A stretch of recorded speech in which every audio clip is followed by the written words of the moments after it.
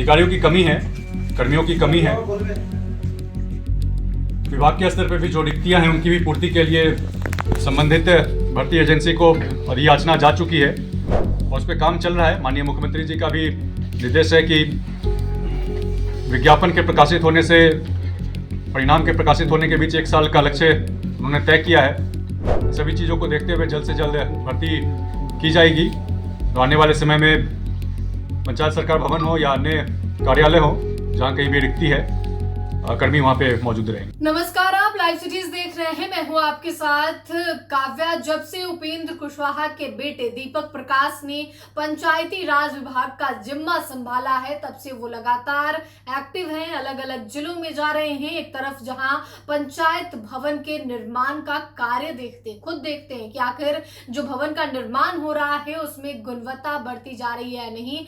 इसको लेकर इसी कड़ी में दीपक प्रकाश जो बिहार सरकार में मंत्री हैं वो औरंगाबाद पहुंचे हुए थे और उन्होंने बड़ा ऐलान कर दिया है। पंचायती राज विभाग में जल्द ही बड़े पैमाने पर बहाली होने जा रही है। इसकी सूची जो है वो विभाग को दे दी गई है। क्या कुछ कह रहे हैं मंत्री दीपक प्रकाश, आप सुने। पदों के लिए भेजी जा चुकी है और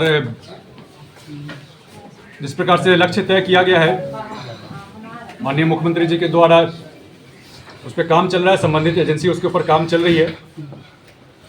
कई पदों के लिए विज्ञापन आ भी चुका है। वैकेंसी के माध्यम से आगे भी बाकी पदों के लिए आना है, तो जल्दी आपको उस पर भर्ती देखने को मिलेगी। चुनाव होने हैं, इस चुनाव में कुछ बदलाव देखने को मिलेंगे। आरक्षण की व्यवस्था रोस्टर को लागू हुए 10 वर्ष पूरे हुए हैं, तो इस बार के चुनाव में आरक्षण का नया रोस्टर लागू होगा। साथ ही साथ चुनाव को सरल बनाने के लिए, फ्री एंड फेयर बनाने के लिए नई टेक्नोलॉजी का भी इस्तेमाल देखने को मिलेगा। 6 पदों पे वोटिंग होती है। 6 पदों के लिए मल्टी पोस्ट ईवीएम की टेक्नोलॉजी का इस्तेमाल होगा। 6 बैलेट यूनिट एक साथ रहेंगे कलर कोडिंग के साथ। लोगों को सहूलियत होगी, 6 अलग अलग पदों पे एक साथ वोट डाल पाएंगे। साथ ही साथ बोगस वोटिंग को ख़त्म करने के लिए फेशियल रिकॉग्निशन टेक्नोलॉजी का इस्तेमाल होगा। एक व्यक्ति एक बार वोट डाल पाएगा, दूसरी बार वोट डालने की कोशिश करेगा तो उसकी पहचान हो जाएगी और उसको वही फेशियल रिकॉग्निशन टेक्नोलॉजी, कैमरा रहेगा, चेहरा से पहचान कर लेगा। तो बोगस वोटिंग पे से रोक लगेगी। बोगस वोटिंग पे रोक लगने से चुनाव के समय होने वाली हिंसा पे भी रोक लगेगी। इसके अलावा मतगणना के समय धांधली की संभावना खत्म हो, इसको लेकर ऑप्टिकल कैरेक्टर रिकॉग्निशन की टेक्नोलॉजी है। ईवीएम से मैनुअल तरीके से वोटों की गिनती होगी, साथ ही साथ वहाँ भी कैमरा का इस्तेमाल होगा, उसके माध्यम से भी वोटों की गिनती होगी साथ साथ। तो चुनाव में मतगणना के समय पे धांधली की जो शिकायत रहती थी, जिसके कारण कोर्ट में हज़ारों की संख्या में केस रजिस्टर होते थे, उससे भी छुटकारा मिलेगा। हर तरीके से टेक्नोलॉजी का इस्तेमाल किया जा रहा है ताकि चुनाव फ्री एंड फेयर बने, लोगों का विश्वास बढ़े सिस्टम में, चुनाव सरल हो। कब तक कोई डेट सर इसका, कब तक कुछ संभावना? चुनाव 2021 में दिसंबर 2021 से जनवरी 2022 तक जाके शपथ का काम पूरा हुआ था। उसी कार्यकाल को देखते हुए चुनाव सही समय पे कराए जाएंगे। सर एक चीज जानना चाहिए, सरकार सोच रही है नहीं, बिल्कुल, जहाँ कहीं भी अधिकारियों की कमी है, कर्मियों की कमी है, विभाग के स्तर पर भी जो रिक्तियां हैं उनकी भी पूर्ति के लिए संबंधित भर्ती एजेंसी को अधियाचना जा चुकी है और उस पर काम चल रहा है। माननीय मुख्यमंत्री जी का भी निर्देश है कि विज्ञापन के प्रकाशित होने से परिणाम के प्रकाशित होने के बीच 1 साल का लक्ष्य उन्होंने तय किया है। इन सभी चीज़ों को देखते हुए जल्द से जल्द भर्ती की जाएगी। तो आने वाले समय में पंचायत सरकार भवन हो या अन्य कार्यालय हो, जहाँ कहीं भी रिक्ति है, कर्मी वहाँ पे मौजूद रहेंगे। तो जिला परिषद की ज़मीनों के बारे में आप बोले कि यूटिलाइज किया जाएगा, तो किस तरह से यूटिलाइज करेंगे? जो भी परिसंपत्ति पहले से है उनका किस प्रकार से बेहतर इस्तेमाल हो पाए। जहाँ भूमि खाली है वहाँ पे दुकान बनाए जाए। अगर स्थानीय कंडीशन ऐसा है तो वहाँ पे मॉल का निर्माण करना हो, या अन्य लोकल कंडीशन को देखते हुए उनके विकास की बात हो, हर तरीके से उसको विकसित करना है।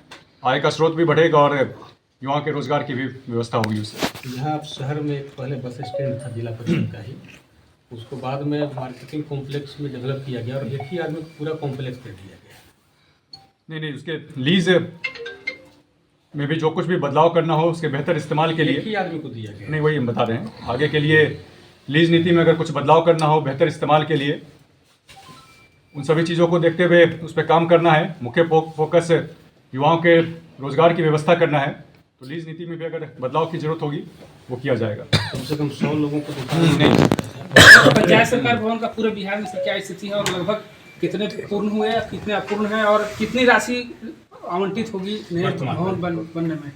बिहार में 8,000 के आसपास पंचायतों में से आज के समय में 2500 के आसपास पंचायत सरकार भवन बन के तैयार हो चुके हैं।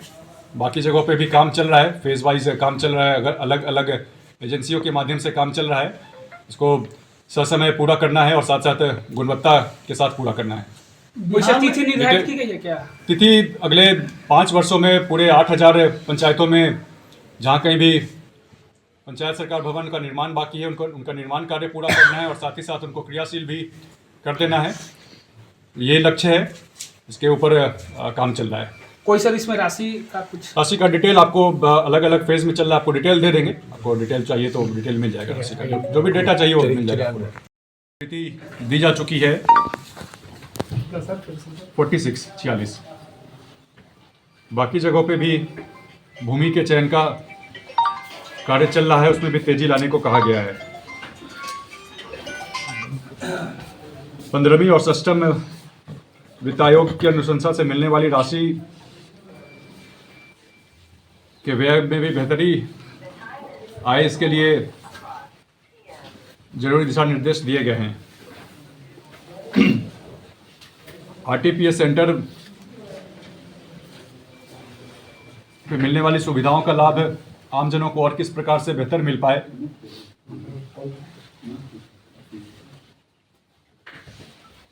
आम जनों के लिए आरटीपीएस सेंटर पे कर्मियों की उपस्थिति सुनिश्चित हो, इसको लेकर के भी पदाधिकारियों को दिशा निर्देश दिया गया है, वो भी औचक निरीक्षण करें। और साथ ही साथ कुछ जगहों पे जहां कार्यपालक सहायक अगर प्रतिनियुक्ति पे दूसरे दफ्तरों में जिनको भेजा गया था उनको वापस आरटीपीएस सेंटर पे लौटे, इसको लेकर के भी जरूरी दिशा निर्देश दिए गए हैं। औरंगाबाद जिले में उपयोगिता प्रमाण पत्र में कुल लंबित राशि 880 करोड़ की थी, जिसमें से आज के समय में 200 करोड़ के आसपास राशि शेष रह गई है। इसको भी मार्च तक पूरा कर लेने के लिए जरूरी दिशा निर्देश दिए गए हैं। ग्राम कचहरी के मामले में जो केस रजिस्टर हो रहे हैं ग्राम कचहरी के माध्यम से, उसमें और किस प्रकार से बेहतरी आ पाए, इसके लिए माननीय सरपंचों का, संबंधित कर्मियों का और आमजनों के बीच किस प्रकार से जागरूकता है, उनकी ट्रेनिंग, कैपेसिटी बिल्डिंग बेहतर की जाए, इसको लेकर के भी जरूरी दिशा निर्देश दिए गए हैं। मुख्यतः ये बिंदु थे समीक्षा बैठक में जिन पे चर्चा हुई है। आप लोगों के कुछ सवाल हो तो आप कुछ। सर, पंचायत सरकार भवन आप बताए 76 क्रियाशील है, लेकिन इनमें से अधिकांश खुलते नहीं है सर। यहाँ न पंचायत सचिव आते हैं, ना आरटीपीएस चालू है। वही उसके लिए भी आरटीपीएस पंचायत उसी से रिलेटेड है। आपने किसी पंचायत सरकार भवन का इंस्पेक्शन किया है बिहार के किसी कोने में पंचायती राज मंत्री बनने के बाद? कई जगहों पे निरीक्षण किया है, जहाँ क्रियाशील का भी किया है और निर्माणाधीन दोनों किया है। जहाँ कहीं भी कमी पाई जा रही है, लोगों से भी कुछ जगहों पे शिकायत मिली है, कर्मी नहीं रहते हैं जिन जगहों पे, उन जगहों पे एक दो कुछ जगहों पे कर्मी प्रतिनियुक्ति को लेकर दूसरे कार्यालयों में भेज दिए गए थे, उनको भी वापस बुलाना है। और चूंकि कर्मी की उपस्थिति सुनिश्चित हो, इसको लेकर बायोमेट्रिक अटेंडेंस की भी व्यवस्था सभी जगहों पे की जा रही है।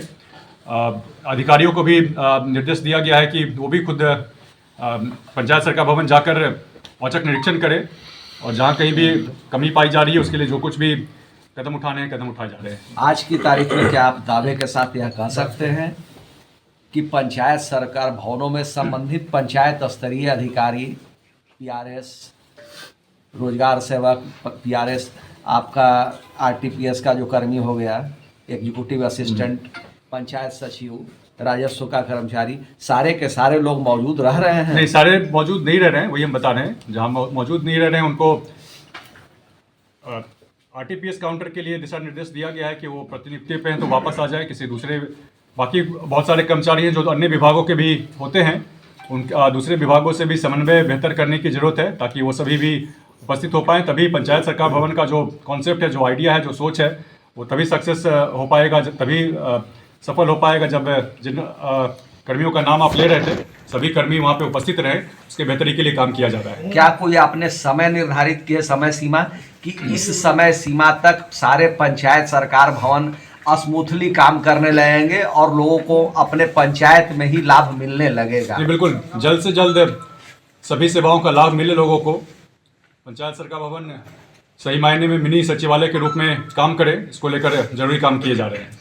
तो आपने बिहार सरकार में मंत्री दीपक प्रकाश को सुना, जहां एक तरफ उन्होंने पंचायत चुनाव को लेकर तमाम बातें कही है, तो वहीं पंचायती राज विभाग में आने वाली बहाली को लेकर भी कई बातें उन्होंने कही है कि बहाली कैसे होना है। अगर आप सूची यानी कि जो लिस्ट है, जो जहां भी सीट खाली है वहां की लिस्ट अगर सौंप दी गई है तो आने वाले 1 साल के भीतर में पंचायती राज विभाग में जो है वो बम्पर बहाली होने वाली है। जितनी भी सीट खाली है वहां पे लोगों को भरा जाएगा और इसकी जानकारी खुद मंत्री दीपक प्रकाश ने दी है। फिलहाल के लिए इतना ही। साथ ही चैनल को सब्सक्राइब करें, फेसबुक पेज को लाइक करें। वीडियो देखने के लिए आपका धन्यवाद।